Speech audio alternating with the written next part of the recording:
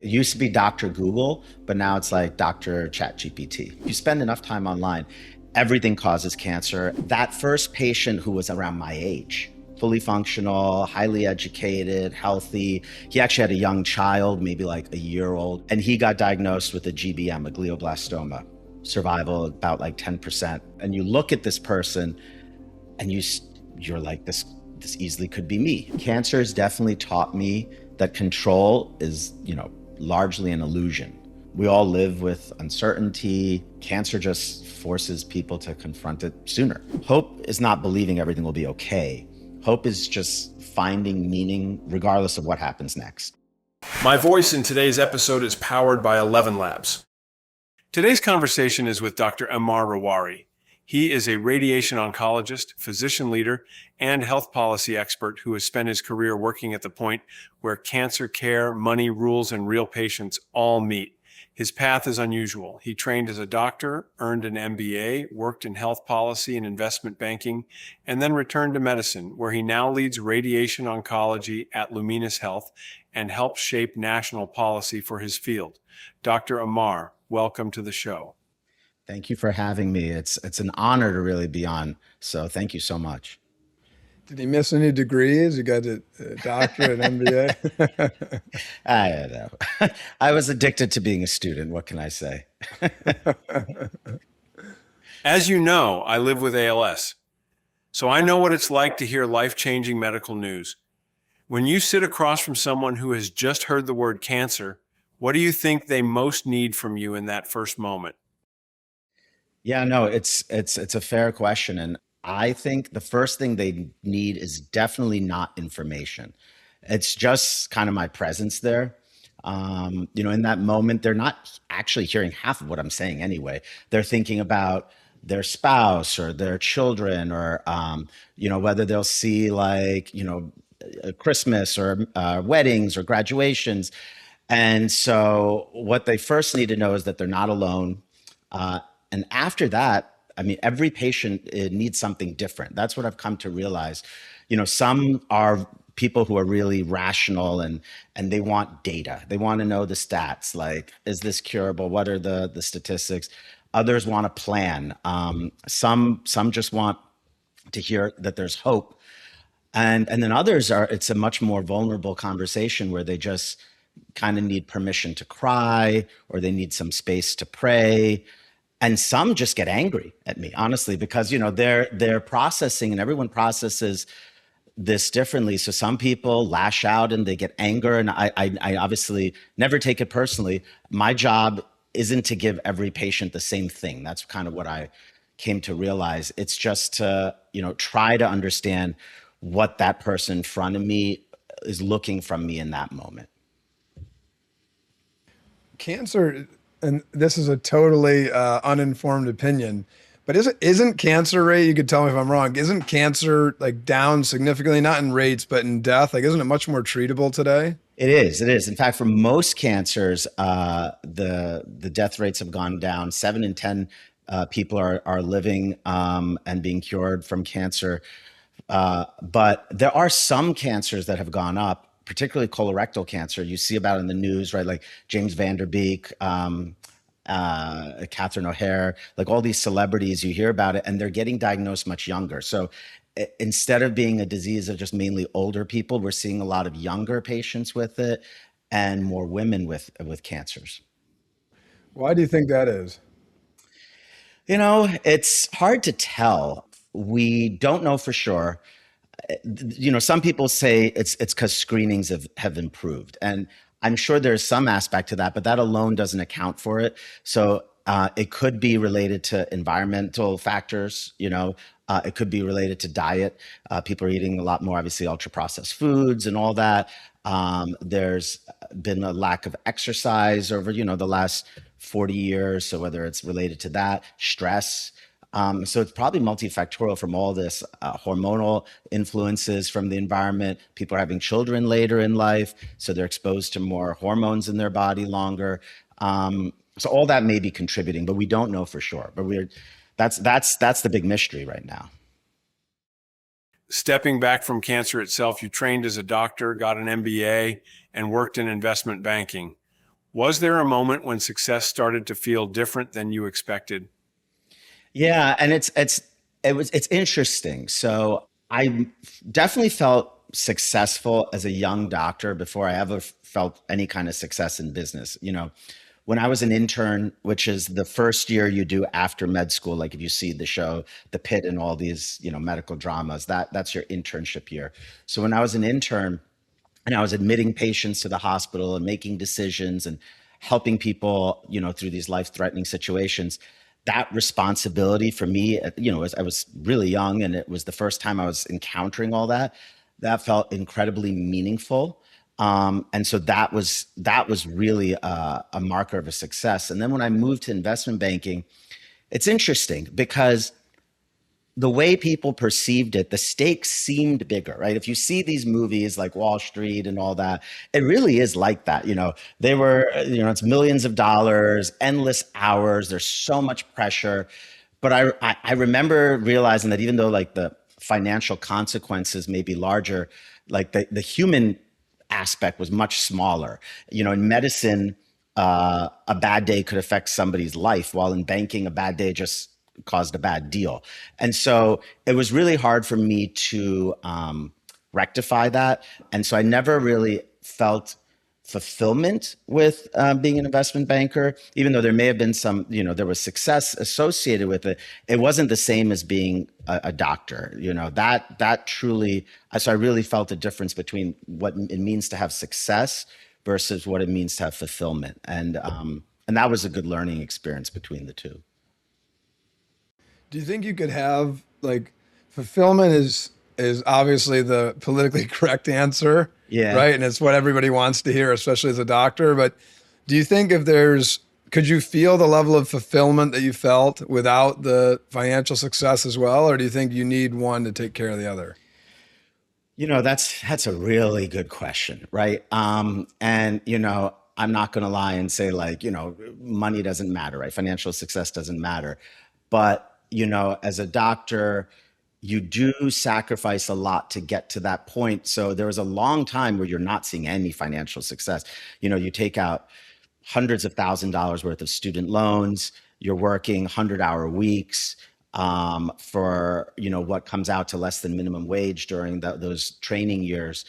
And so if you're motivated by financial rewards alone, you're not going to make it through. There's much better ways to achieve financial success earlier in life without all that schooling and tests and all that. So I do think while there is some aspect to it, I would be surprised if any physicians out there chose that path because they wanted the financial rewards. It's likely they had this feeling of wanting to help others, wanting to have service, and then they decided to choose this path.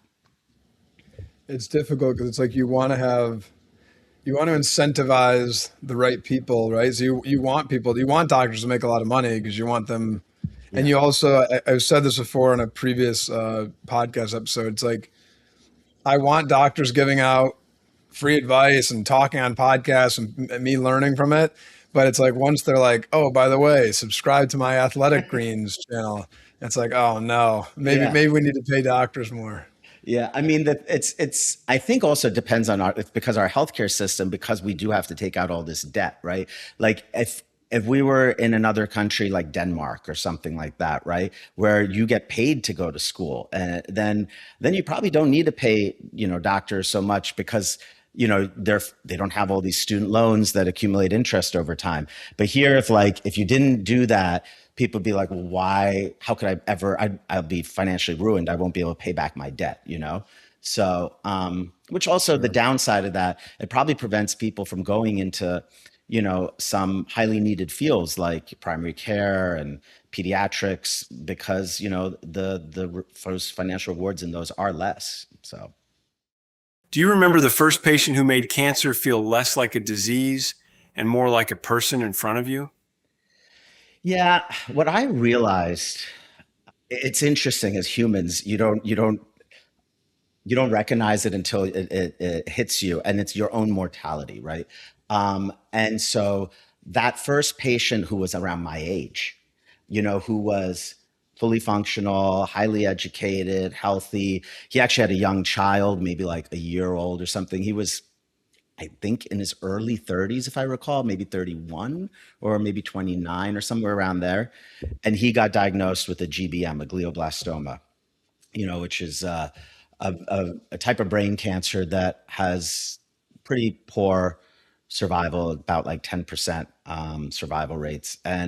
And that hit me. And that I was just like, because you're like, wow, like cancer really obviously doesn't discriminate. It doesn't matter how healthy you've been or, what your plans were or anything. And you look at this person and you're like, this easily could be me. And so, you know, I think, it really teaches you how fragile life is. And that's what I really learned from that patient. And sadly, he did die from his disease. But I do remember that, very well. And since then, obviously, I feel like you definitely feel these things when a lot stronger when they're people who you believe, it easily could have been me, right?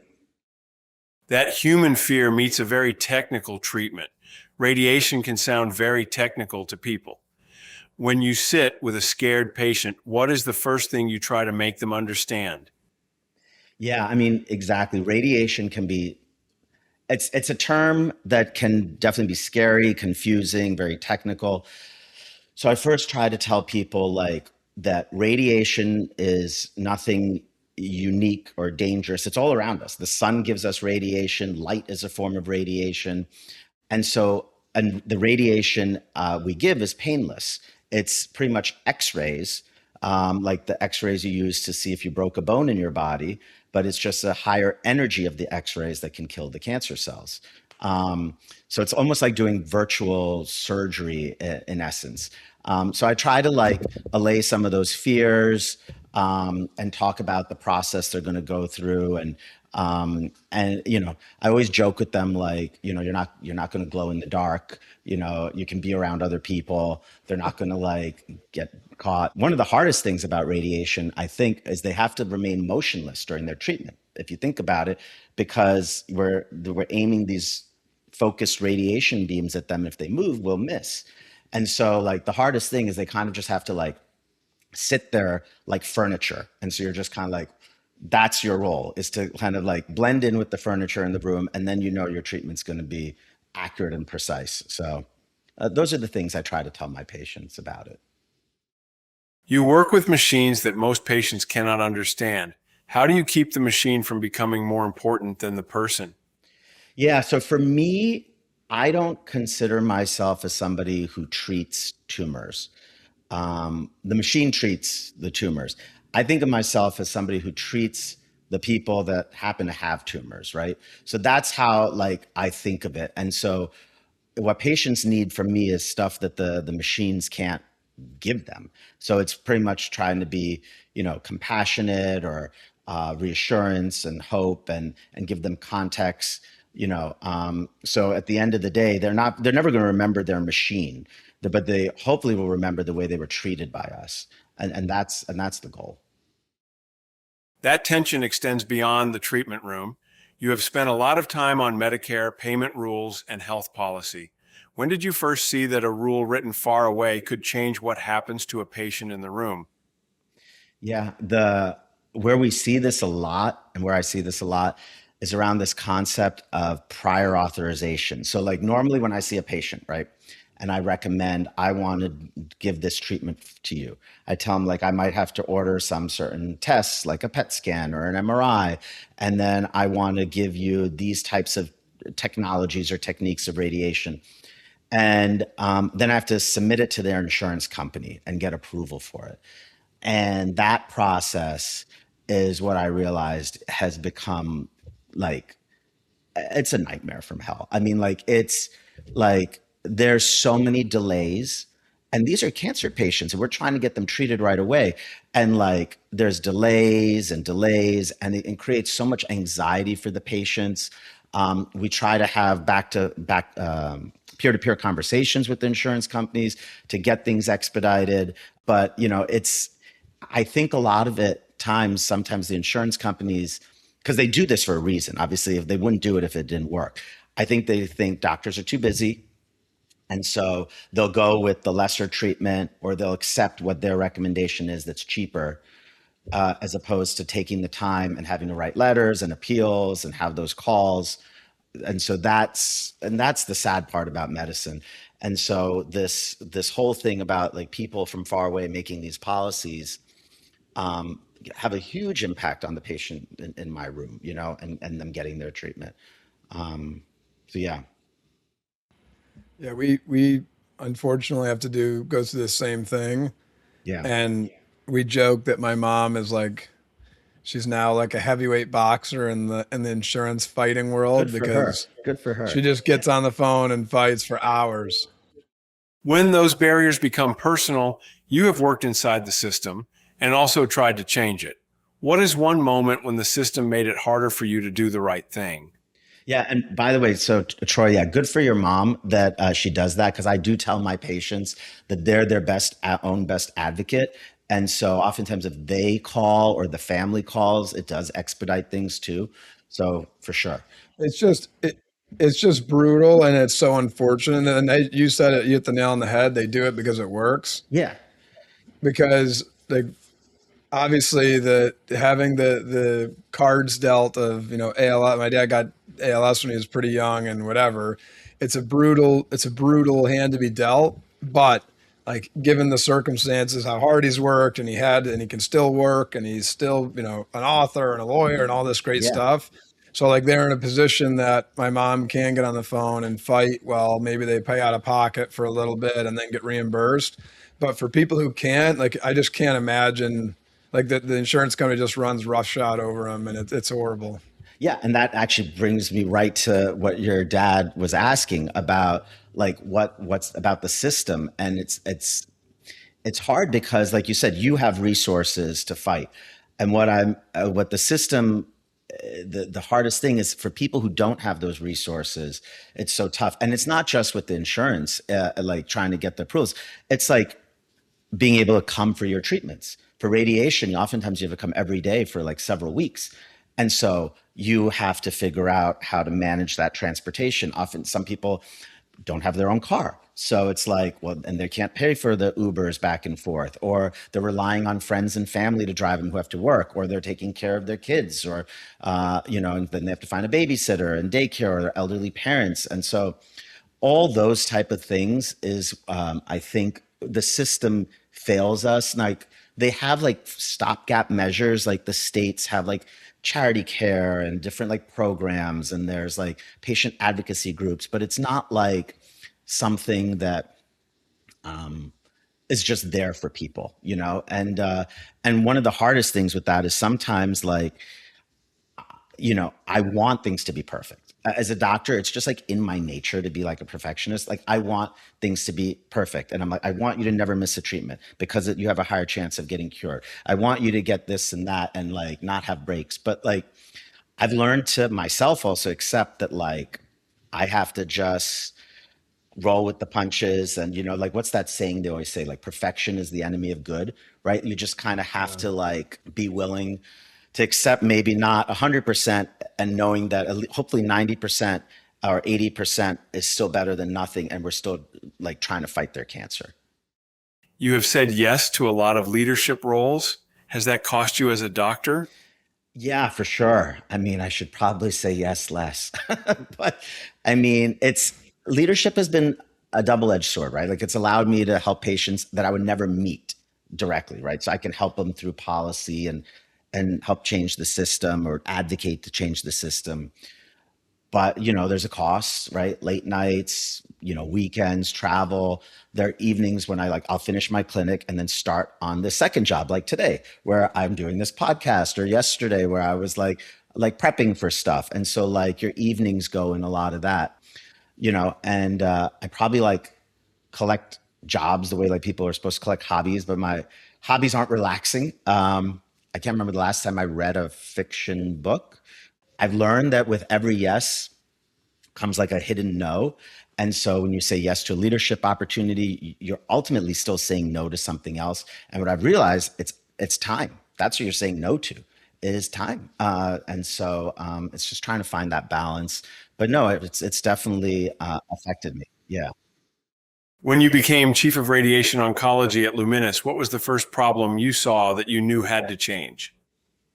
Yeah, I was lucky. I had an amazing team when I came on board. So like they were all like super about the patient and just it was so like about caring for the patient. Like they're it was so like heartwarming to be working with them. But what I realized was just trying to like there's all this as we call it friction around cancer care. So like the hardest part isn't the treatment. It's everything surrounding the treatment, which is kind of what we've been alluding to a lot, which is waiting, scheduling, insurance, multiple appointments, all this uncertainty. And like you're dealing with multiple different doctors, like getting a biopsy, then trying to get a scan somewhere else, and making sure the records come across so you can review it. And so it's all that type of stuff. So I was trying to like, streamline a lot of that and make things more efficient so you can reduce some of these delays and patients can get their care faster. I mean, you guys are using AI brilliantly. I think AI can help us. And so, I'm excited about the future with AI and like what technological changes will make a lot of this more efficient and streamlined across the system because healthcare, like compared to most private corporations, like healthcare is always so slow and lacking when it comes to like advancing in technology and making things like seamless. I'm sure you guys have experienced it. It's it's so tough. So Yeah, for sure. You have worked in community hospitals and academic circles. What do people misunderstand about the care patients can get outside the most famous hospitals? yeah, I think people assume the biggest names get the best care, but like that's not necessarily true. I mean, like I work in a community hospital. We have the same technology, the same evidence-based treatment, same multidisciplinary, expertise, and we have social workers, nutritionists, navigators, survivorship programs.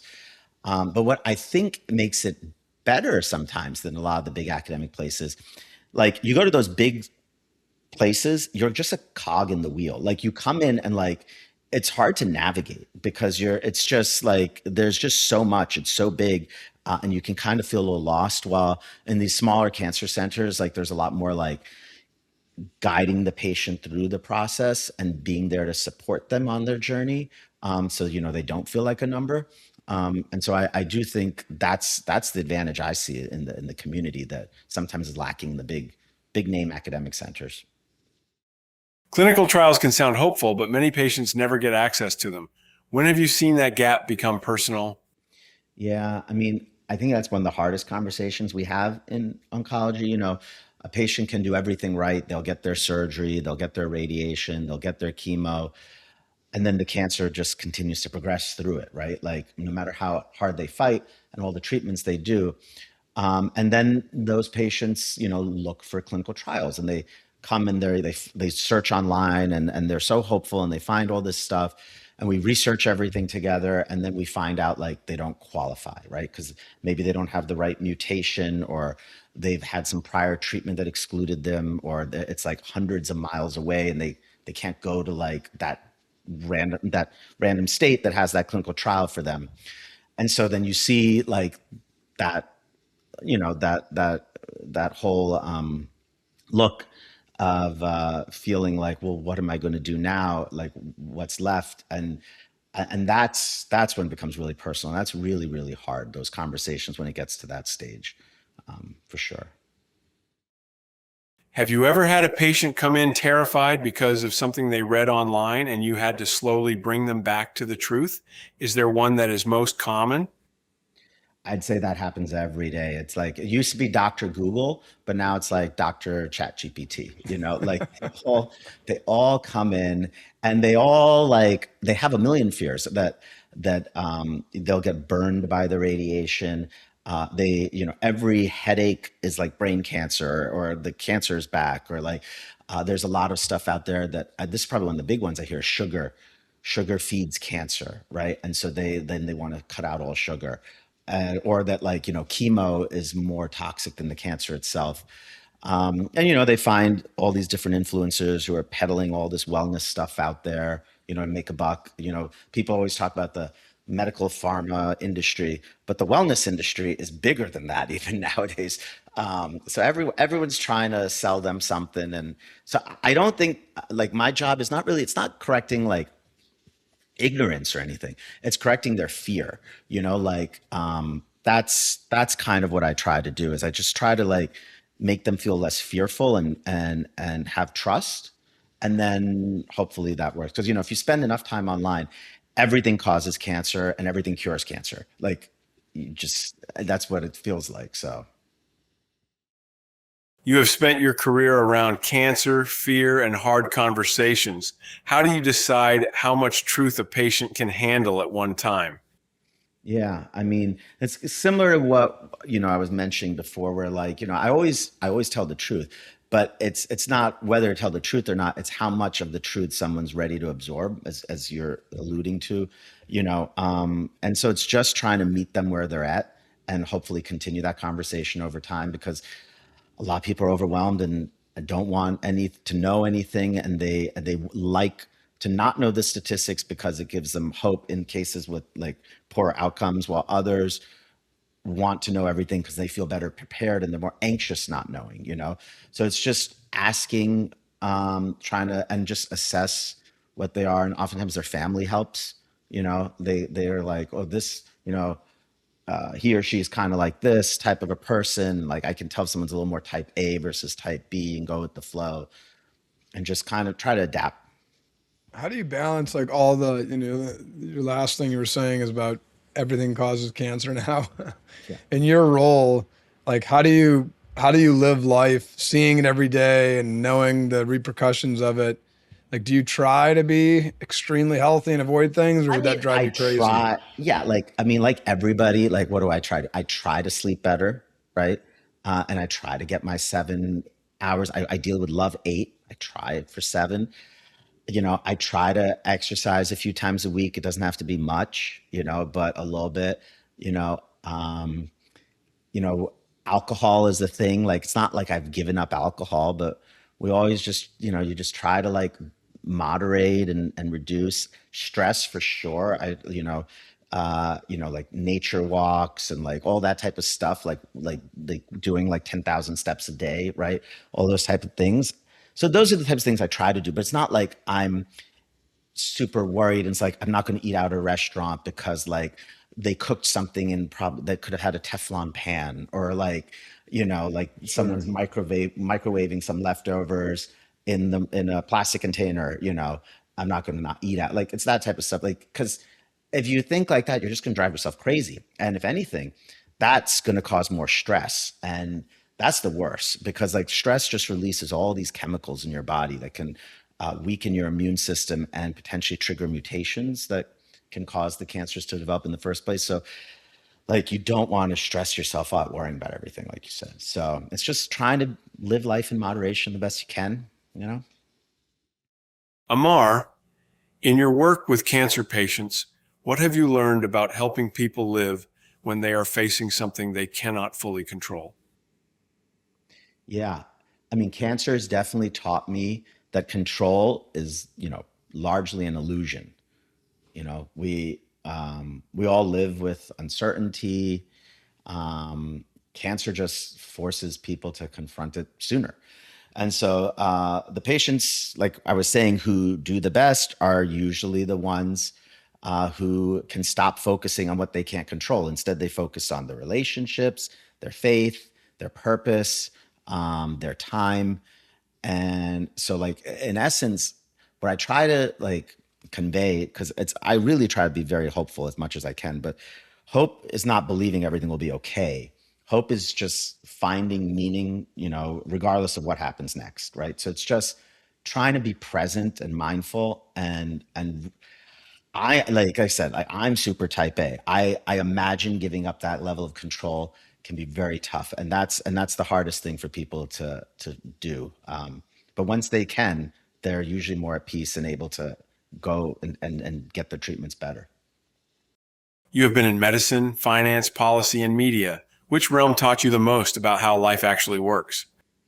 Definitely the room would be the exam room. Yeah. Well, all those other settings you said, none of them compare. When you're seeing somebody, near the end of their life, and you talk about what they're worried about, it's oftentimes not like money and career and all that. It's like, wanting to see their daughter graduate or being at their wedding or seeing their grandkids. And so, that moment teaches you more than anything you could learn in an MBA or a boardroom or whatever. So for sure, the exam room. Back in those exam rooms, people hear so much about cancer online, and a lot of it is frightening or false. What is one thing you wish patients would stop believing, and what is one thing you wish all of them could know? Yeah, and this goes back to what you were saying, Troy. Like one of the things I wish they'd stop believing is usually the people who write stuff online oftentimes are explaining the worst case scenarios, right? Like people whose Mm. treatment went well and everything, and they're doing great, they don't usually bother to oftentimes write necessarily, which I wish they would, but they oftentimes don't, unless. And so like people are online and they're reading all these horror stories, and they're thinking that's what's going to happen to them. But medicine's personal, everybody's story is individual, everyone's journey is individual. So I try to, I wish people would recognize that. And then the other thing that I wish they did know is that we are curing more cancers than ever before. Like like you said, cure rates are super high. People are living longer with cancer. Also, people with metastatic breast cancer with advances in immunotherapy and all this are living 10 plus years and no symptoms. So it's becoming more of like a chronic condition in a lot of cases too. So those are the things I want people to take away. Is there like a most common, whatever, side of not side effects? Is there a most common like misconception? Like people come in and say, "Hey, I'm afraid if I get this, it's gonna, that'll happen," or is it really that too wide ranging to say? No, I mean, a lot of things obviously is people, they hear the cancer word and like they immediately think that it's terminal, right? And like you have to explain that, there's different stages and like stage one breast cancers are over 90% cure rates. Stage, low risk prostate cancers are over 90% cure rates. Like so many have these insanely high cure rates we're talking about. So it's that. And then just side effect wise, honestly, with the radiation, it's the burns. They hear radiation and they think they're going to get like these crazy burns on their body, which I agree. Back in the day, before the technology was the way it is, people did get burned, in the 60s, 70s, even into the early 80s. But the machines are so sophisticated now, so people aren't getting that anymore. And staying on kind of this whatever misconceptions topic, I just saw something in the news about you talking about dryer sheets and things like with laundry and cancer. What's the story there? Yeah, yeah. I think I was trying to say same thing, like, everything can release some chemicals. And so there's a lot of studies where they're like, oh, like this fragrance can release something, or this dryer sheets, toilet paper was another one I've come across because a lot of the toilet paper is recycled paper from like receipts that have PFAS and all this type of stuff. And so they're like, oh my God, by like wiping my butt, am I gonna like get anal cancer? It's just trying to bring people back from that spiraling and be like, no, like these are all maybe potential theoretical things, but there's no proof yet any of this stuff causes cancer. Yeah, there may be some chemicals and there may be, and like they're testing it in like mice or stuff like that, but it doesn't mean we have any clue how it interacts in the human body yet, so. Yeah, just it's funny that it got to dryer sheets. I guess, Oh, like you the said, toilet I mean, paper it's is even everything. crazier to me, but yeah, the dry, like it's everything, you name it. Yeah, like what's the alternative? I mean, if Yeah, somebody said to you, "Hey, you know, I'm relatively healthy. I don't want to get cancer. What should I do?" What are the things that they should listen to? Because you can find something out there for, I just was not arguing, but talking to somebody about. They're like, well, sunblock. Does sunblock actually cause cancer? Because it's got the microplastic. What yeah, are the things that people should be listening to? yeah. Number one, don't smoke. That's number one, and then try to like have a healthy weight, because obesity is definitely associated with a lot of cancers. Exercising, screenings are super important. There's screenings for breast cancer, prostate cancer, colorectal cancer. So it's really important to stay up on your screenings. Certain vaccines prevent cancers, like HPV vaccines prevent cervical cancer, head and neck cancer, anal cancer. um, and then like you were saying with sun, skin cancer is the number one form of cancer. And despite what all the influencers say out there, I mean, I've seen it all too. Like people are like, morning sun is protective against the afternoon sun because that's what it was like back in caveman days. And like you said, the sunblocks have chemicals in it, and we were meant to live out in the sun. Well, no, like they still like, we these all have exposure to that can increase cancer. So like people back in the day probably were covering themselves up more, or hiding when it is sunny. These chemical sunscreens are not dangerous. There's not been any study showing any correlation with whether you use like the mineral ones like zinc and stuff or the chemical ones with causing cancer, but they've all been shown to reduce the rates of skin cancer. So super important to do that. And other stuff like, dryer sheets, microplastics, seed oils, all that type of stuff. Like we just don't know. So focus on the stuff we do know.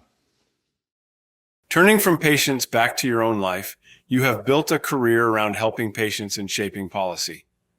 What part of ambition has made your life harder? Ambition's an interesting thing. I mean, you're so successful, Tim. I mean, you know this probably better than anybody. Ambition creates opportunity, right? But it also makes you restless. You're always thinking about, the next best thing, or is there another project, or is there another goal you can accomplish? You give up sleep and time and all this stuff to achieve it. So I think as I'm getting older, I'm trying to be more present and like enjoy the stuff that I've already built or I'm building, and not always be focused on the next step or the next thing because the grass is always greener. So like, yeah, and like I said, Tim, you've done it all. So I mean, so. Is it hard to balance in the medical field where it's again where you have that balance of fulfillment versus personal ambition or wealth?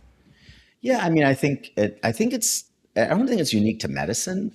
I think it's just that, you want to, everyone wants to be the best version of themselves and everyone wants to win, right? Like, especially like if you're a competitive person, you want to win, and winning it can consist of many things, like whether you're winning at your career or winning within like your neighborhood or but I think it's that drives a lot of us, and it's trying to like manage that feeling, right? And that's something I'm still struggling with, and I'm sure, a lot of us do, and that's honestly probably where like faith comes in, because like it helps you center yourself and, not be so focused on that as an aspect.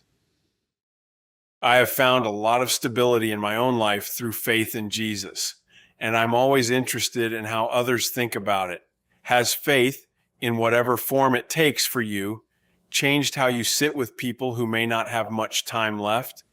Yeah, it definitely has. Like I'm personally I identify as Hindu, but like I have patients obviously from all faiths, Christian, Jewish, Muslim, you name it. And I found that, faith really does provide so much hope and meaning, forgiveness, peace.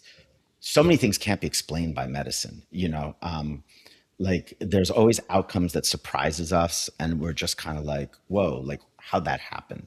And like there's no necessarily scientific reason behind it. And I'm always surprised by people, like because I've seen people have like peace in like impossible circumstances and achieve that.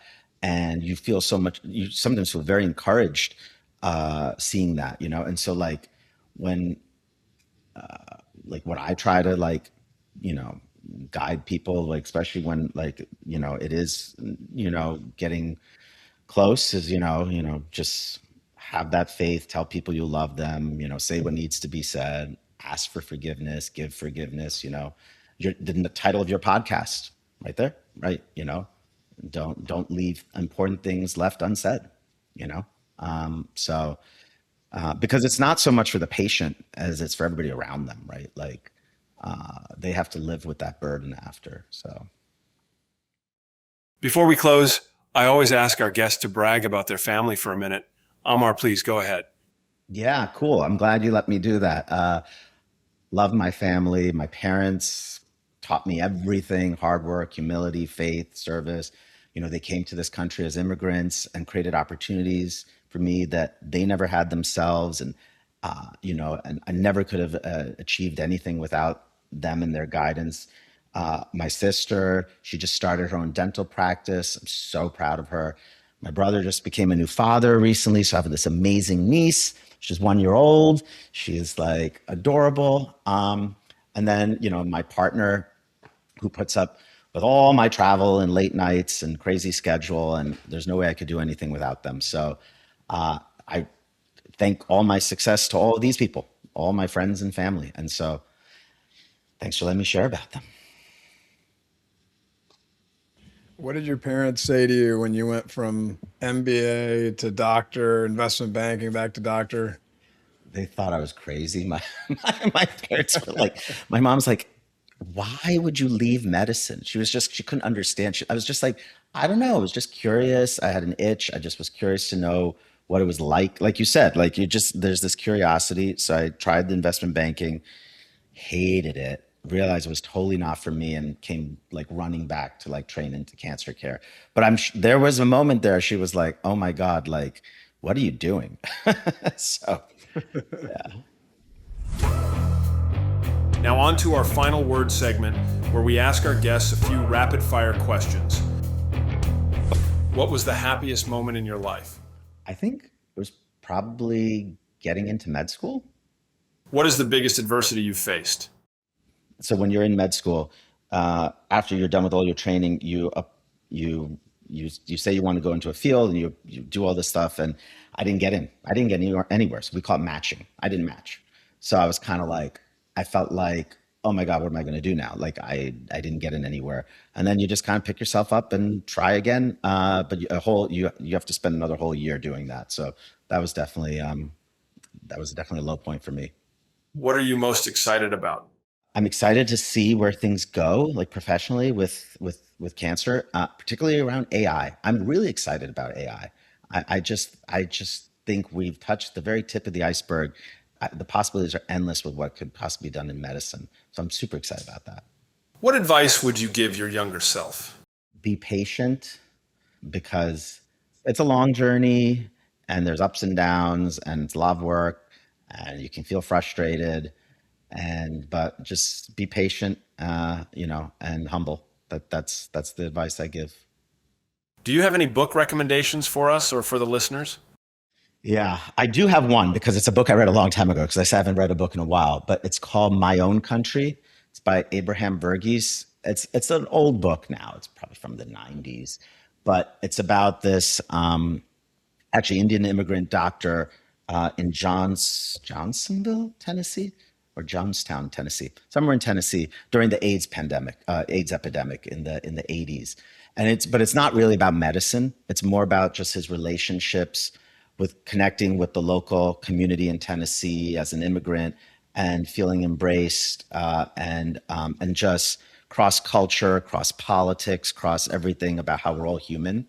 And so it's such a uplifting book. The name of our podcast is Nothing Left Unsaid. Do you have anything you want to say? Just tell the all your listeners that don't listen to all that stuff out there that's peddled by all these influencers. Just focus on the basics. Don't try to get overwhelmed with stuff. Exercise. Eat healthy. Do things in moderation. Sleep. Reduce your stress, and like that's all you can do. And take things one day at a time. Awesome. Before we let you go, it's the real last question. At the end of all of our podcasts, I ask our guests, who are some people that you know now they got to meet us and kind of see what the podcast is about? Who are some people you know personally you think we should have on as future guests? You know who's really interesting? There's this guy called Eric Bricker. I don't know if you know much about him. He pretty much he has like this whiteboard, and he just breaks down really complicated concepts in health policy for people to understand. And it's just like these 10-minute whiteboard sessions he does, and he's brilliant at what he does. And he's on YouTube. I think it's called Healthcare A to Z is his company, but he's just phenomenal at, like I said, explaining complicated topics for everybody to understand, whether it's around these prior authorization or why hospitals do what they do, or insurance companies or doctors or whatnot. He can really explain the whole healthcare system. Amar, thank you for joining us. Your work sits in a place most people never see, where medicine, policy, money, technology, and fear all meet at the bedside. These are not abstract issues. They shape what patients hear, what doctors do, and what families carry home with them. We appreciate your time, your honesty, and your willingness to talk about the human side of a very difficult field. May God bless you and your family. Thank you. You as well. Yeah, thank you. This is awesome.